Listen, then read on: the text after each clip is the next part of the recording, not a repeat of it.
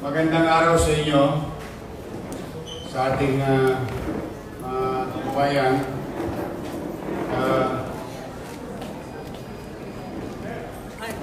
Muli ay maraming salamat sa pananatili ninyo dito sa Bulwagang Bayan. At in line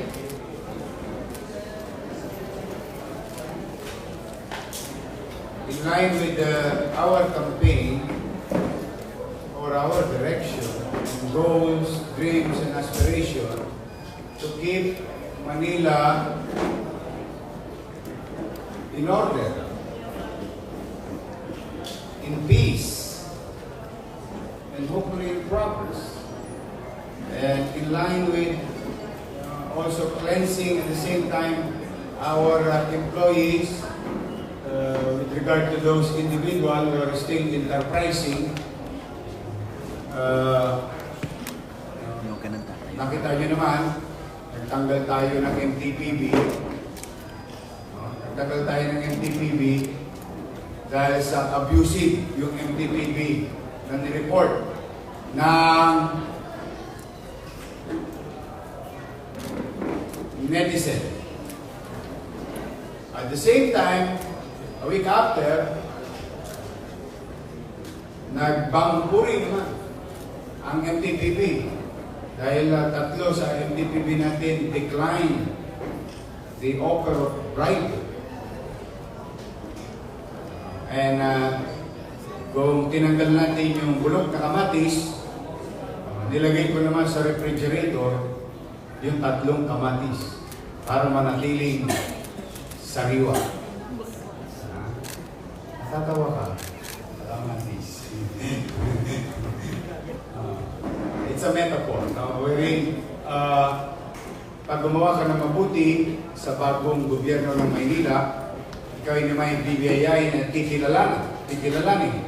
At kapag ang tao naman, ang taong pamahalaan o kawani ng City Hall ang inabuso ng mga individual na maraming kaibigan, mga Avengers,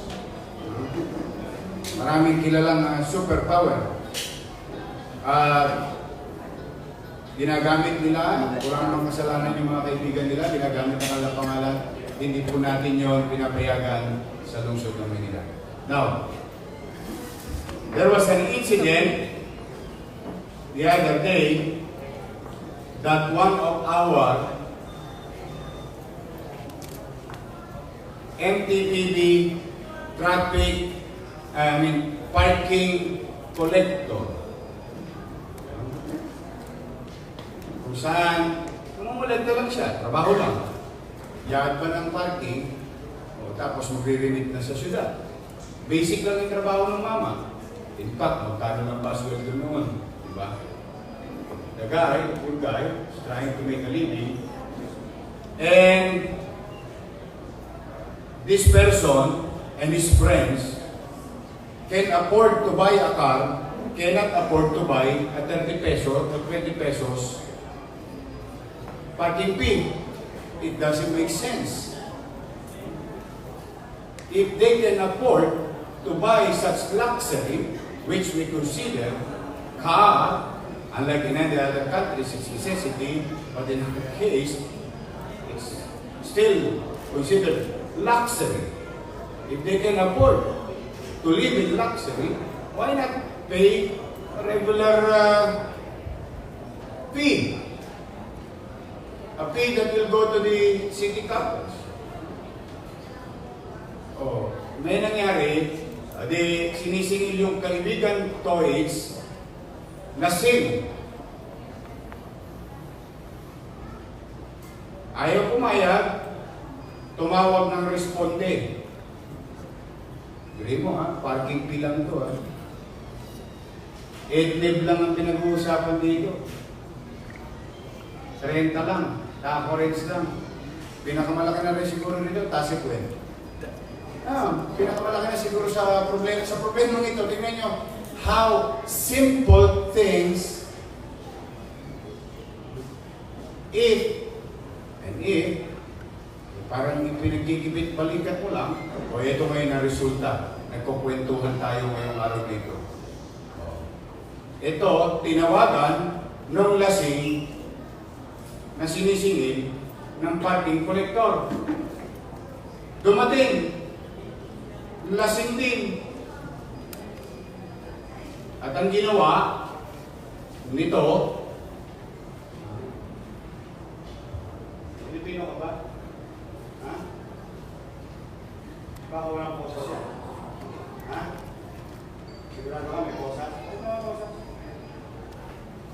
Parang mapegi na naman ako. Ang ginawa nito, dahil kasi nanghiram ng tapang sa alak at maraming kaibigang Avengers, pinitsaraan, inuntog ang ulo, sinandal sa kotse, yung pobre namin, parking collector. Nung dumating naman yung dalawang MTPB, doon pa lalong tumapang. Nanghiram ng tapang kay San Miguel. Bumunot pa ng baril. At idol yata nito, yung ninong ko, si PJ. Bumunot ng Magnum 357 at 30 pesos difference. They can afford to buy a car, they can afford to buy and own an expensive gun, but they cannot afford to pay 30 pesos. Now, here we are. Dumating ang responde ng pulis. Ayun, tumakbo, nagtatakbo, nahuli ngayon. So, ang punto natin mga kababayan, totoo, may pagkukulang ang ilang bahagi miyembro at kasapi, kawani ng pamahalaan. Totoo, it cannot be denied. In fact, we're doing something about it. But at the same time, baka naman, may pagkukulang din o pang-abuso din sa iba nating mga kababayan. Lalo na kapag sila'y may kumpale, may kumale na mga politikong katulad namin. Ang kawawang politiko, kawawang general, kawawang estrella, gasgas na gasgas ang pangalan niya sa kalsada, dala ng mga ganitong ugali ng tao. Tingnan ninyo, uulitin ko ang summary. Ba't siya makukulong? Dahil sa 30 pesos. To cut the long story short. Okay.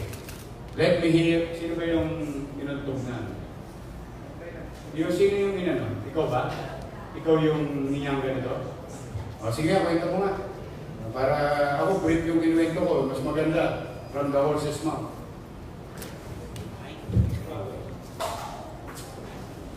Ito, ayan ka sawa kayo. Anong ginawa sa'yo?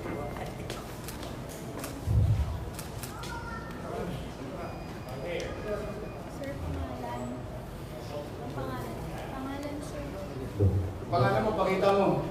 Kaya wala na makakapag-disguise ngayon sa MTPB. Magandang hapon po sa inyo lahat sa butiin natin ngayon. Ako po si Traffic Enforcer Joseph Iwan.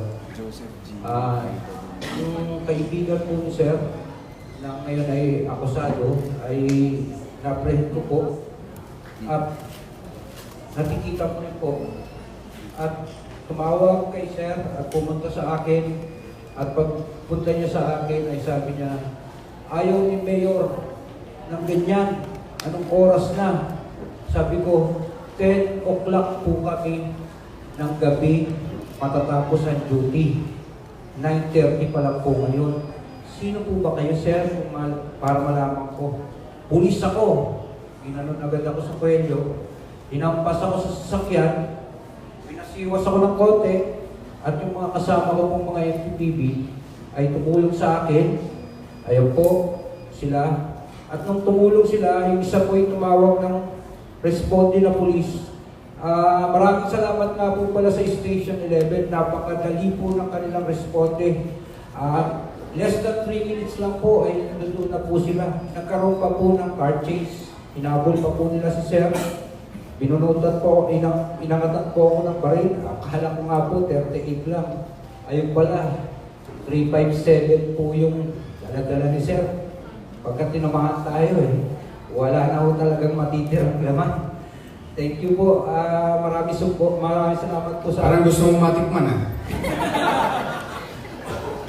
Maraming salamat po sa suporta ni Mayor, sa mga kasama ko pong MTPP at sa higit sa lahat sa ating mga kapulisan na magaling, mabilis pong responde.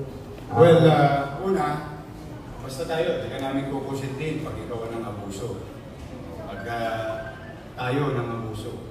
Pero pag tayo naman ang inabuso ng mga ilang individual, hindi naman po pwede yun. There must be law and order.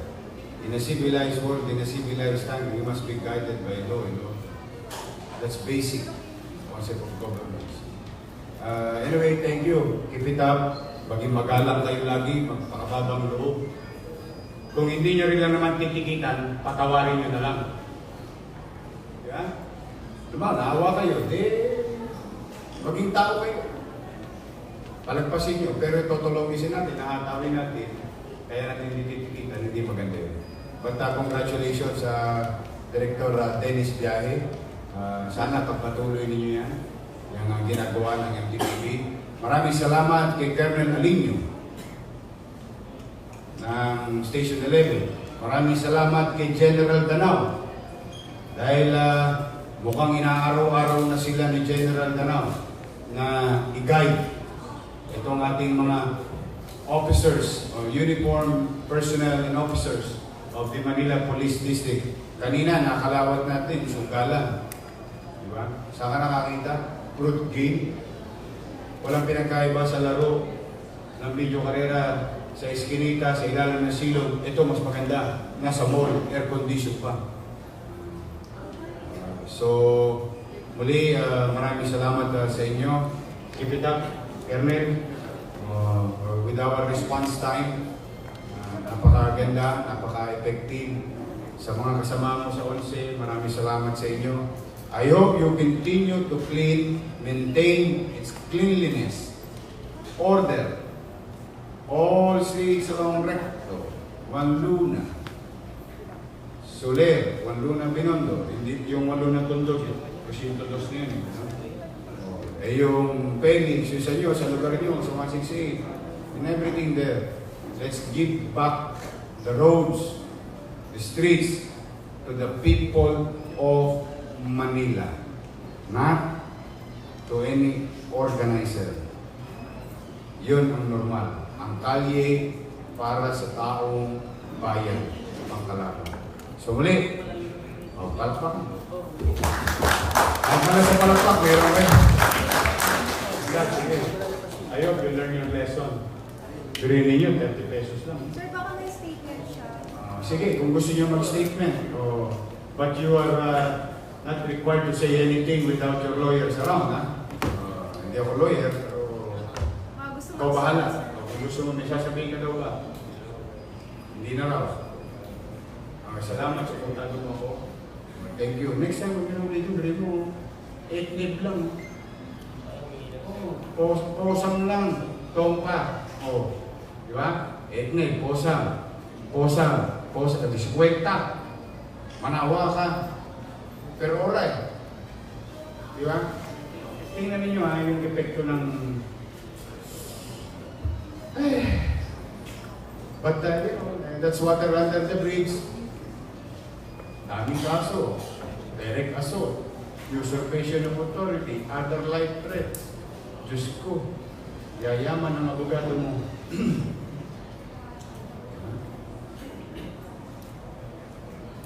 Sige, kayo na mag-usap. Bahala naman. Thank you, Colonel. Sir.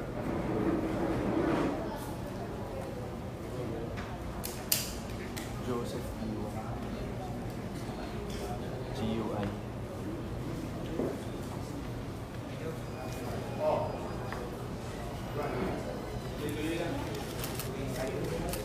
Basta lagi din magbabasa.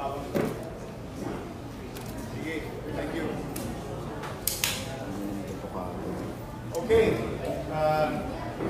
Sila yung dito. This is for you. Update sa hinuli nating arcade. Kanina.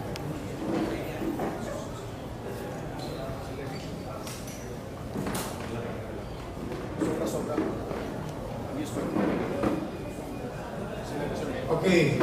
Yung kaninang nirate natin based on search warrant granted by the court. Yung sugalan sa Isitan Recto. I would like to hear from Director of Business Permit, Director Levi Pagundo. Thank you, Mayor. Thank you, Mayor.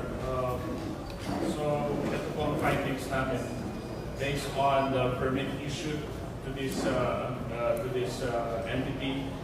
The permit issued is for amusement purposes only. Based on our ordinance 8331 Article C, Section 4D, ay pinagbabawal po ito ay for amusement, for pleasure only, para sa mga bata, at hindi po para maging sugalan. So, right after the mayor visited the place, pinapuntahan po agad namin ng mga inspector. We also found out that they are operating 78 machines. Ang declared lang po nila is 15. So, 1.5 against 70 in violation of 63 machines, unlicensed or na walang permit. Mayor, meron din po yung mga tatlong naroon na nanganang buhay sa kanila, nagkatrabaho, employees. They also failed to show the necessary permit. Kaya na. Tapos, they only paid, as of now, they only paid the first quarter. So, thank you, Director Pagundo. As you can see, mas maraming violation. But let's simplify the issue or the problem. There was a report by netizen of this thing going on in the building. So I asked General Nanaman and Smart Head, Special Mayor's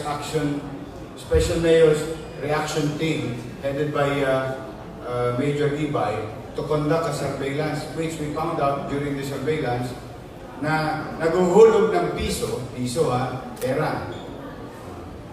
Tumatama rin ng pera. So that's not amusement, that is gambling. So we asked PAGCOR if they were given such franchise or permit to conduct a casino business-like operation. Wala. Then we filed the necessary search warrant regarding sa premises. So yun na nga. Nakita ninyo. Ang amusement, ito yung amusement coins, hindi pera. Tatama ng points per ticket. And may corresponding points sa may corresponding product. That's what you call amusement. But piso sa piso, nakita nyo, fruit game. Yung fruit game na giniba natin, so walang pinakaiba to sa mga video karera. I hope that is a stern warning to any other establishment who are into leasing business like mall. Be sure na yung umuupa sa inyo, tama yung use ng premises, tama yung use ng permit, at lahat sila may kaukulang permiso. Dahil, huwag na kayong lumayo. Si President Duterte nga ang laki-laki na, bilyon-bilyon. Ang PCSO, ipinasara. Bakit? May kalokohan Kung ano natin yung kalokohan, ngayon, pinapayagan na ulit. Pero logo lang. Pero yung isang function ng PCSO, hindi. So ibig sabihin, talagang kung yung presidente nga di ba? Ginagawa, bakit naman tayo sa mga local government unit?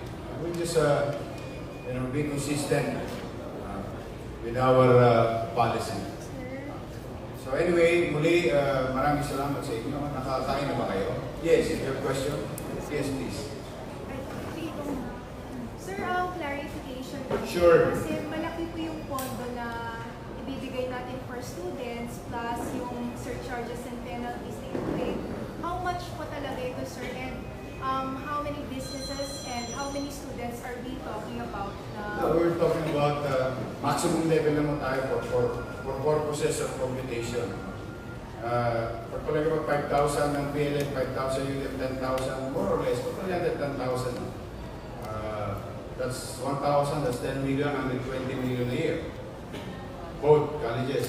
And there's about 4,000, more or less, or about 5,000 K to 12 at 500. That's 25 million a year, most likely. And about 1.1 billion to our senior citizens. So, if we have, at least, if we have, based on last year, about 14 billion, and under existing law, 45% of it will go to personal services. And pagpalagay mo na, we have about 50%, there's about 7 billion. Under 7 billion, there is a required community development fund. With regard to infrastructure project, about 20%. 20% of, we call this, remaining 7 billion. It's about 1.4, so you still have about 5 billion. So most likely, let's just say, we still have about 3 billion to spend. If we were very efficient, collecting at the rate of 98% to 100, because our rate today with 14 billion is about 72%. If we will be efficient by 8, that's about 80%, and 8% of 14 billion, that is more income for the city. This is now the question on how we are going to be efficient as government, as a city government, and how we are going to address commitment to address the basic needs of our people. And this type of social amelioration stimulus package.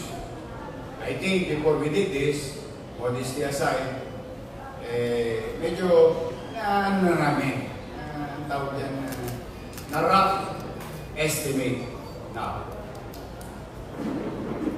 Pagdasal mo na lang kami madali namin. Help us pray that we will be enlightened by God, give us good health and more imagination. Sir, kailan po effective? Yung January. Kasi gagawin namin yung approved ordinance, sasama na namin sa LFC. LFC will convene in a few weeks now. LFC is the Local Finance Committee and will include existing laws and commitments and direction of the new government. Yung policy direction, saan ba talaga pupunta? Anong uunahin? Kaya doon yan ay kakarga sa LFC. At yung LFC, magkagawa ng annual budget. Annual budget will be submitted before the City Council. Hopefully, medyo mabilis ang Konseho ng Manila, headed by Vice Mayor Hangin Lacuna and the Majority Floor Leader, Councilor Joel Chua, who is a lawyer also. So, we are hopeful. I'm always optimistic because anything above zero is positive. Ganun lagi ang consideration ko. Sir, on the same ordinance, dun sa fine print ng ordinance, it says na it will be disbursed through ATMs. Tama po ba? Yes. Sir, We will try to make it. Ito yung, kaya ko siya i-ATM. Dahil pagka gustong ibigay, maraming paraan. Pag ayaw ibigay, wala pang halalan. Mayor, kasi pag ATM, kahit na yung nanay mo, senior citizen, nahirati sa karamdaman, hindi na niya kailangan pumunta sa sports complex, bumangon. Pipilang 3 oras, 4 na oras, para makamtan lang yung 500 piso. na pwede naman may bagong teknolohiya. Sir, in a nutshell, easier? How would you say it, sir? In a nutshell. 6,000. Bakit ATM? Ah. Sir, bakit ATM? In a nutshell, mas mabilis? Mas One, malinis? yung corruption, mawawala. Kasi may mga balita nung araw. Halimbawa, senior citizen sa barangay, 100. Ang nabigyan, 50. Ang nirimit sa siyudad ng Manila pabalik, 100. Yung 50 may pirma. Yung 50, hindi na pala nag-exist. 6 na pina pa lang sa ilalim ng lupa. Kaya nga sabi nyo sa senior citizen, bakit ako? Buhay pa, wala, hindi na pabilang. Ito, patay na to, ba't nakapirma? So these are spillage of resource. I mean, we really wanted to be efficient in such a way. And more so, being efficient, mas kapaki-pakinabang in terms of ginhawa. Ayaw na ayaw ko kasi, mahirap ka na, ginagawa ka pang timawa. Masakit sa akin yun. O kung gusto ko tulungan ng pamahalaan, total, tutulungan na rin lang naman ako, tulungan na ako. Totoong-totoo. Hindi na kailangan konting keyboard, picture taking, pagkabot ng 500. Those are the days of old trapos, old politician. Konting keyboard, picture taking. O, tatapong mo na ba yung basura? Sino sa mayor? Hindi ko lang. Basta I'm just saying, in a general, ano mga integrero kayo?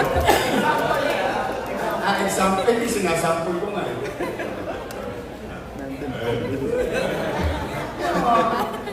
I think this thing should stop. If really wanted to serve, people will know it. People will know without our names there. We're really trying to, well, I cannot say that change will come overnight. But, kaya ko kababaang loob na ako'y nakikisuyo sa ating mga mamamayan, buong kababaang loob na humingi ako ng tulong na sana tulungan niyo na ako dahil hindi ko naman talaga kakayanin mag-isa. Gusto ko, nakita niyo usapan natin sa trackers kahapon. Ako pa nakikiusap sa kanila. Kasi gusto ko simulan yung ibang way ng paggobyerno na bibigyan muna kita ng pagtitiwala bilang mamamayan na baka sakali kahit nakatalikod ako bilang pamahalaan, susunod ka sa mga lituntunin, hindi na kailangan isinisita ka pa. So, ganun din sa paggobyerno ng public service. Hanap tayo ng paraan na kung saan ang ibinibigay natin ginhawa, hindi politika. Mayor, Yes. out lang tayo sa financial policy. Yes. Saan mabutin, sir, yung pondo para dito sa social amelioration program? There will be new funds for next year. That's why we are very specific in saying, while it is true that it is now a law, I even sign it, but there is a premise that we can implement this next year because I cannot implement such, although nagmamadali ako makamtan na ito ng taong bayan, pero I'm being fair also sa mamamayan na, you know, I'm operating in an old budget, in an old direction, and this is now the new direction come January 1. And hoping that by the time na-aprobahan ng Museo ng Maynila yung 2020 budget. Saan, sir, galing? Sa taxes? Yes, taxes. Pag sinabi mo naman, ito na sunod ko yung tanong, nagbabaho kayo ng buwis. Yes, that's why we're going, as sagot dyan, we are going to be very efficient. Like for example, let's just say, what types of approach when you say that you are going to be very efficient? Oh, diba there is a law, the law says 3 days dapat lumabas ng permit. We did it in 1 day. ARTA said, yung red tape, dapat mawala. 11 steps, 8 windows, in 1 window with 3 steps. So, with this, through the help of Director Levi Pacundo and Licensed Division Chief Attorney Paul, kung sila'y magbubuti, matataas namin ang kita nang walang itinataas na bayad. Ayun. We really have to try. We really have to make extra effort.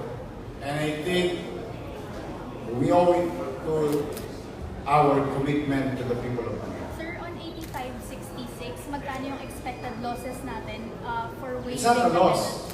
Because, ganito yan. I may be wrong, but I think COA, auditors, and accountant na lang will agree with me. Yan yung sinasabi ko sa'yo, 1,000% times 0 is 0. No. True, we have 1 peso collectibles. Tapos ang penalty surcharges, 33 pesos na, ay 33 centavos. So we are about to collect 1 peso and 33 centavos. But in our books, itong tawag ng utang sa tubig, yung lista mo sa tubig, in our books, yayamanin ang Maynila sa libro. Eh wala nagbabayad. Nga. So what we're saying is that I would rather collect 1 peso, erase 33 centavos, napagaan ko na yung katayuan ng pagbabayad, nakakolekta pa yung syudad ng Maynila. O, di may pamili na ako ng paracetamol. May pamili na ako ng amoxicillin. Ngayon, posibleng mangyari, ang binibigay namin, tugmulo dun. Pag masakit ang ulo, yung tugmulo mo dun. O pag may lagnat, yakapsul. O at kispirin. Why? If you lack funds and running medical care or healthcare program, it needs funding.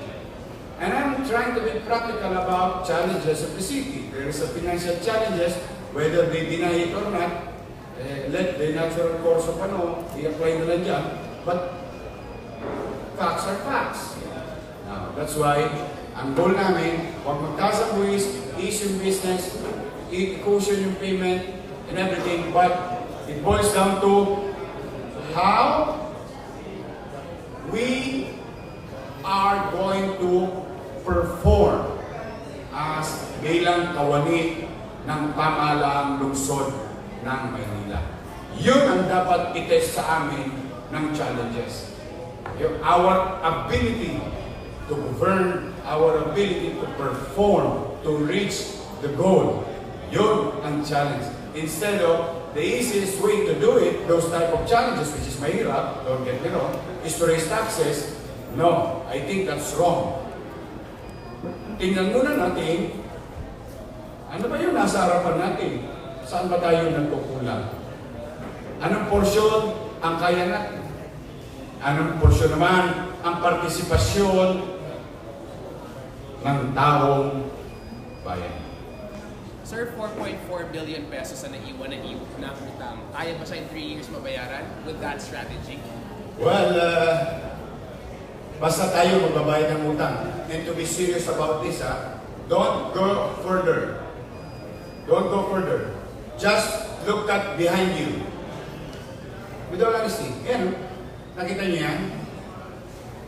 Ito walang exaggeration. Total, doon na tayo sa bayaran ng utang. There is an obligation left by the previous administration. Kahit ano pa sabihin niya. Ito, factual na to. Ang sabi ng GSIS, oy, Mayor, hindi mo pinayad, ni-remit sa GSIS yung kinuha mong share or payment made by your employees. Bili mo, ikaw yung employer, kinuha mo yung share ng GSIS, kinirimit mo na lang, hindi pa nirimit. Ano sabi ng GSIS? There is about 214 million obligation left by the previous administration. Now, why am I redirecting your attention behind you? Simple lang. Ayan po, nakiusap ako sa GSIS, magbabayad kami. Pero, pwede ba makisuyo? Pwede ba pagbandahin natin yung data nyo at data na syudad? Pag nakanagpa, babayaran ko. Eh bakit ako interest magbayad sa GSIS? Dahil ba gusto ko yumaman ng GSIS? Hindi! Dahil ba gusto ko sumipsip sa national government? Hindi! Eh bakit kung gusto bayaran? Dahil ang epekto nito ng hindi pag-remit ng bayad ng kawani ng pamahalaan sa GSIS ay ang kanyang retirement. Ang kanyang mga benepisyo bilang miyembro ng GSIS, kahalintulad ng pagiging miyembro sa pribado, empleyado o employer sa SSS. So, mas mahalaga sa akin ang kapakanan nitong mga tao ito. Abay, bakit ipera nila yan eh? Abay, bakit pinaghirapan na nila yan eh?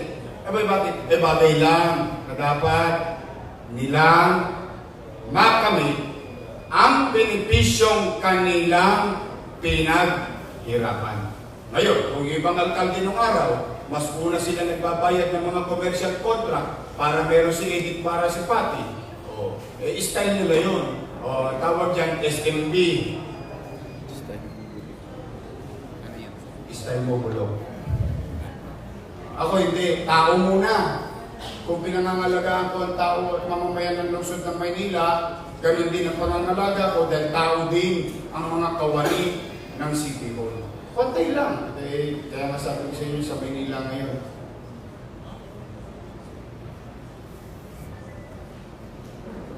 Pantay pa naman. Kaya, may hawa ang Diyos. Ngayon, habulin ko ba ng habulin ng nakaraan? Bibigat ang likod ko. Ang daming tinatawag na excess baggage. Then I would rather focus on and let the natural course of rules, regulation apply to them. Ako'y nagdududa naman ako. Baka may makulong uli.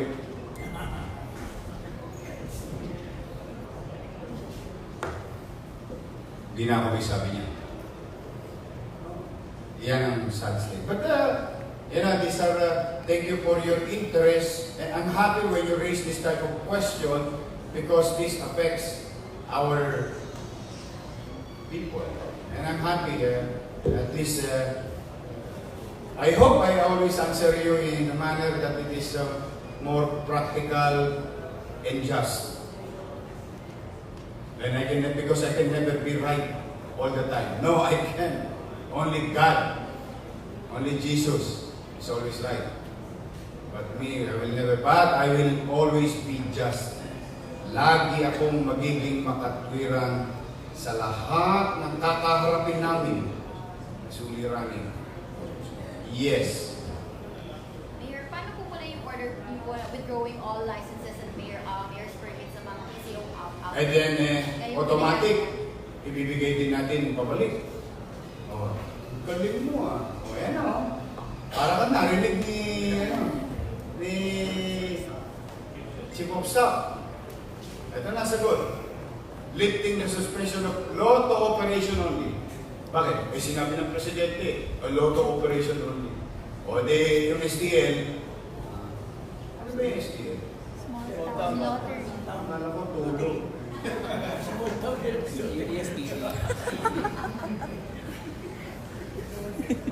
Tulo, sa bubong.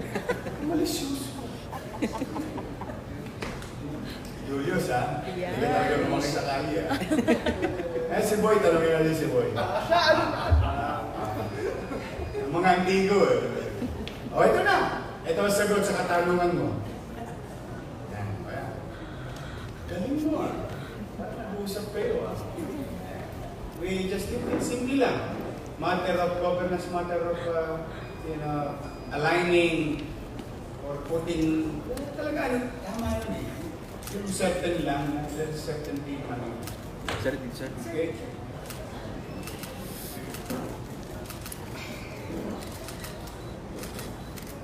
Yung picture, legend lang. Kumain ba kayo? Bigay mo sa kanila. Hindi, mas maiging bigay sila ng kopya. Yes. I think we have a handful of individual. Awawa naman. Siyempre, Ateliera, staff, and the operator, the machine operator. We'll see. Hindi ko marami pang involved dyan. Ayaw ko lang pangunahan ng pulis. Pero yung mga bata kanina medyo pinahirap. Mga minor leader. Okay? Any more? Galing ha? Galing, timing ha? I'm about to do it later on. Okay? So any more? So, I'll see you again. Thank you very much sa inyong lahat. Maraming salamat sa pagsasaga po ninyo. Muli! Sir, yes. may gagawin ka pang kasunod. Suko ka na? Tatanong sila sa akin natin. What's mga advisories? Basta we'll keep you posted. So far, pahinga muna kayo. Mas ka? Suko na kayo. Hindi, pero sa totoo na. Tayo, total kwentuhan na lang. Ano kasi problema ng hindi ko? Kaya ako parang sinisilihan. Hindi ako mapakali. Kasi kawawa yung Maynila. Pero anyway, we'll try to work in harmony with you as much as possible. But thank you for being here and informing the public of what's going on in the city. So anyway, thank you. I'll see you. Papahinga na nga kayo. Sige. Sige.